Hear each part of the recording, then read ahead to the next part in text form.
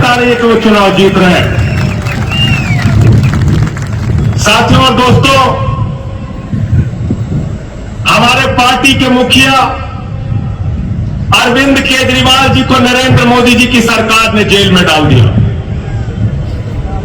लेकिन मैं आभारी हूं उद्धव ठाकरे जी का, आभारी हूं शिवसेना का कि जब उनकी गिरफ्तारी के बाद रामलीला के मैदान में रैली हुई तो उद्धव ठाकरे जी ने वहां आकर कहा कि जब हमारी बहन सुनीता केजरीवाल मैदान में आके लड़ रही है तो एक एक शिवसैनिक और हम सारे लोग इस लड़ाई में केजरीवाल के साथ और आम आदमी पार्टी के साथ हैं। यह खासियत है उद्धव ठाकरे जी की, यह खासियत है शिवसैनिकों की, जिसका साथ दिया बहादुरी से दिया, कभी पीठ नहीं दिखाया, कभी किसी के साथ धोखेबाजी नहीं की। मैं गिरफ्तार हुआ साथियों, मेरी गिरफ्तारी के बाद संजय रावत जी मेरे घर पे पहुंचे, प्रियंका चतुर्वेदी जी पहुंची, एनसीपी के नेता शरद पवार जी का बयान आया, सुप्रिया सुले जी का बयान आया। मैं आप सबका आभारी हूं कि हमारे दुख की घड़ी में, हमारी परेशानी के वक्त, हमारे संकट के समय में आप लोग बहादुरी के साथ, कांग्रेस पार्टी हो, एनसीपी हो, शिवसेना के लोग हमारे साथ खड़े रहे। और मैं अपील करने के लिए आया हूं, हाथ जोड़ के प्रार्थना करने के लिए आया हूं, जिन लोगों ने गद्दारी की है उद्धव ठाकरे जी के साथ, जिन लोगों ने गद्दारी की है शरद पवार जी के साथ, छत्रपति शिवाजी महाराज की धरती के लोगों, उनको हराने का काम करना, गद्दारों को माफी मत देना, क्योंकि छत्रपति शिवाजी महाराज का एक ही सबसे बड़ा संदेश है, गद्दारों को माफी नहीं, गद्दारों को माफी नहीं। बाला साहब के नाम पर, तीर कमान के नाम पर चुनाव जीतते। मैंने तो कहा पिछली सभा में, मैंने अब तक सुना था बाइक चोर होते, सोना चोर होते, कार चोर होते, लेकिन नरेंद्र मोदी और भारतीय जनता पार्टी वाले ये पार्टी चोर है, पार्टी चोर। शरद पवार जी की घड़ी चुरा ली, उद्धव ठाकरे जी की तीर कमान चुरा ली। अरे पार्टी चोरों, ये मसाल लेके निकले हैं हाथ में और पूरे महाराष्ट्र को जगाने के लिए निकले हैं उद्धव ठाकरे। इनकी मसाल के साथ तुमको जवाब देगी महाराष्ट्र की जनता। देश के प्रधानमंत्री कहते हैं ये गारंटी है, वो गारंटी है, वो गारंटी है। मैं कहता हूं नरेंद्र मोदी जी की एक ही गारंटी है, झूठ बोलने की गारंटी है, झूठ बोलने की गारंटी।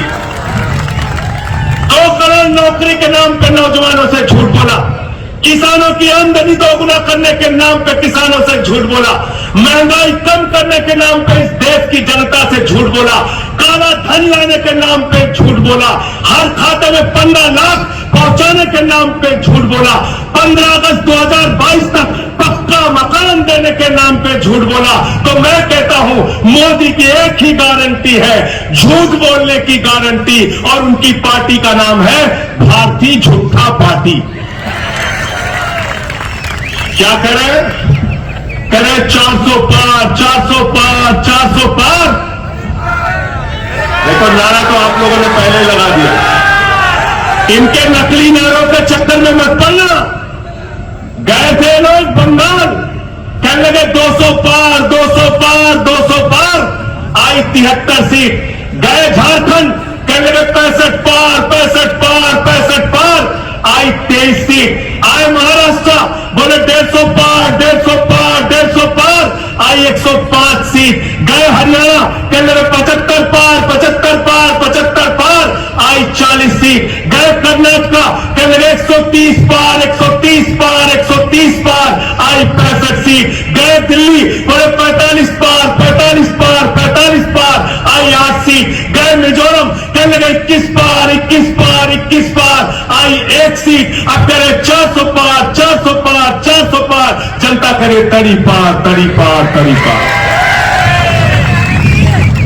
इस देश की जनता इनको हराने के लिए तैयार है, क्योंकि पूरे महाराष्ट्र में जहां हम जा रहे हैं, लोगों का एक ही कहना है, ये पार्टी तोड़ने वाले लोग, ये खोखा लेके बिकने वाले लोग, अरे विधानसभा में तो नारा लगाया शिव सैनिकों ने, 50 खोखे एकदम ओके, 50 खोखे एकदम ओके।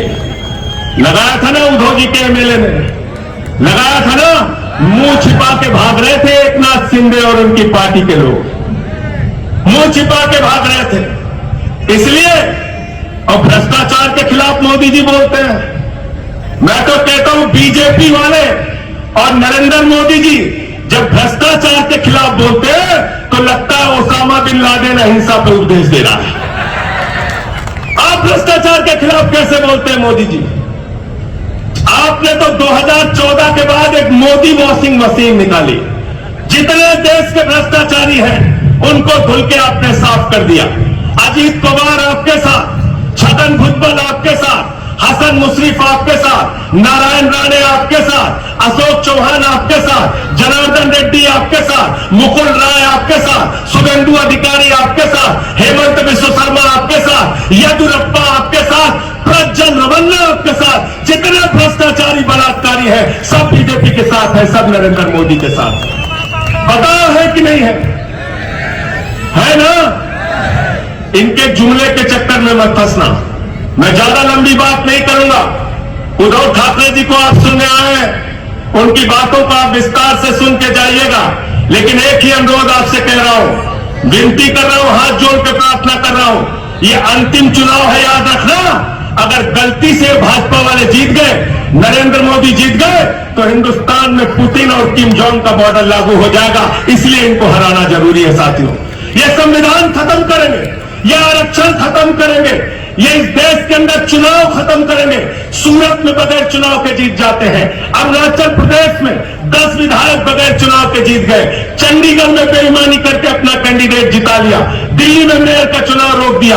बगैर चुनाव के हिंदुस्तान में जीतना चाहते हैं। ये जो चुनाव खत्म करना चाहते हैं, संविधान खत्म करना चाहते हैं, बाबा साहब डॉक्टर भीमराव अंबेडकर की विचारधारा को खत्म करना चाहते हैं, इनकी राजनीतिक पार्टी को इसी 2024 में सबक सिखाना है। इनकी राजनीति को खत्म करने का आप लोगों को काम करना है। बोलो तैयार हो ना?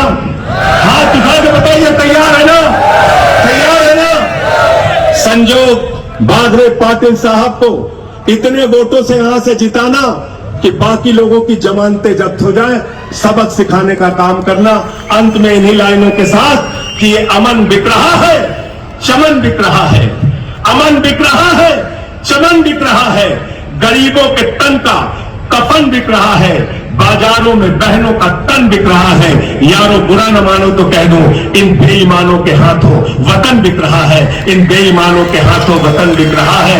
कैसे कैसे मंजर अभी आने लगे हैं, कैसे कैसे मंजर अभी आने लगे हैं, गाते गाते लोग चिल्लाने लगे हैं, बदल डालो अब इस तालाब के पानी को, कमल के फूल तो मुरझाने लगे हैं, कमल के फूल तो मुरझाने लगे हैं। बहुत बहुत शुक्रिया, बहुत बहुत धन्यवाद।